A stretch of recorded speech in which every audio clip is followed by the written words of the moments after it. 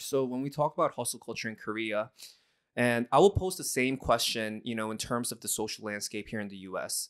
I find myself wondering because Koreans, and I think a lot of countries in Asia, they're extremely hardworking, like Hmm. extremely ridiculously hardworking.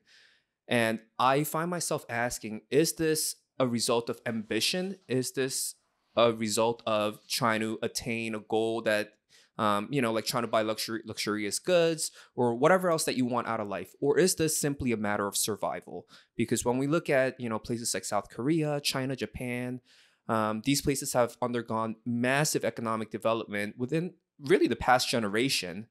And right now, things are very tough over there. So I follow this channel where I get news of China, right? Things that are Hmm. happening on the ground in China.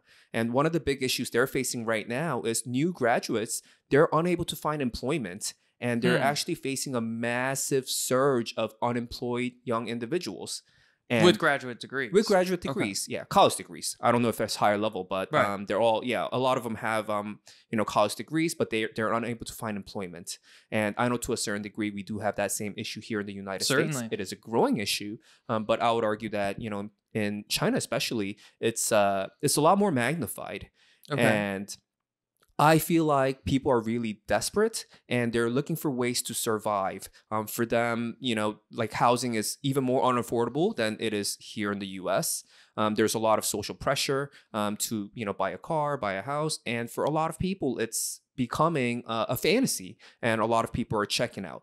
And they're forced to look for alternative means of survival. So I'm going to show you this little video, which Okay. I kind of thought was hilarious in an extremely depressing way.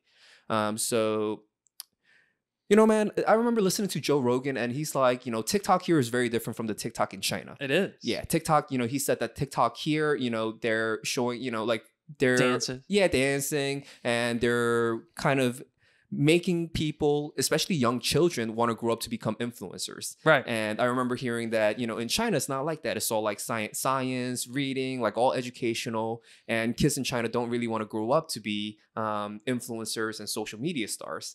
But these new reports coming out of China shows the contrary, actually. And I think it's actually a result of, the terrible job market that a lot of young graduates are facing over there. And, it's just a reflex in an effort to survive. So I'm gonna pull up this video for you, Logan. I wanna see what you think.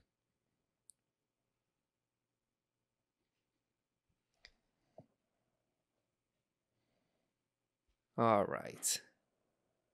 Yeah, just go ahead and play that video, okay? All right. And see what And you we'll think. we'll put this on the YouTube as well, so you guys can view it too.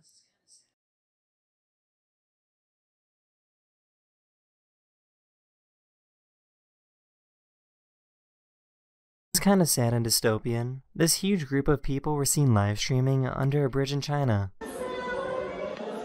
Wow. So, for any of you audio listeners out here, I'm looking at this. It looks like I'm assuming maybe these are homeless people, but it looks like a lot of young people. So I guess I'm not totally sure. Maybe it was just a bad weather day, and that's why they're doing this kind of social influencing. They have ring lights like we have in this room, trying to create this like social media presence. So here's some context. So these people are people that are unemployed. There are people that are fed up with the way the system is. They're fed up with how difficult it is to find employment. So they're attempting to become influencers so that they can pursue a living. So all over China, these locations are popping up under bridges where people just gather in mass and they're just streaming there. And this isn't like a special event. This is happening day after day after day Wow. after day. So to me, I look at this and I see desperation. I see people, a group of young people trying to survive, a group of young people trying to escape the system and trying to make a living, doing something that's not going to trap them to the norms of society. And you have to remember in Asian culture, the societal norms as far as working hours goes is ridiculous. So in China, they have this thing called a 966. Okay. Wait, did I say that right? Hold on. Let me make sure I'm giving you the right I numbers. mean, was that a Freudian slip? Or are you just trying to say 69 a bunch of times over here, Jim? All right. So it's called the 996. Okay, there we go. So 996 is this philosophy in China. You're working from 9 a.m. to 9 p.m. 6 days a week. Damn. And basically Jack Ma, who's the inventor of the Chinese version of Amazon, one of the richest people in China, he said that he basically came out and said, in a response to the criticism of 996 culture, he said this is a privilege. It should be a privilege to be able to dedicate hours to attain a goal, to try to make a better life for yourself, because not many people are afforded these kind of opportunities, especially historically speaking.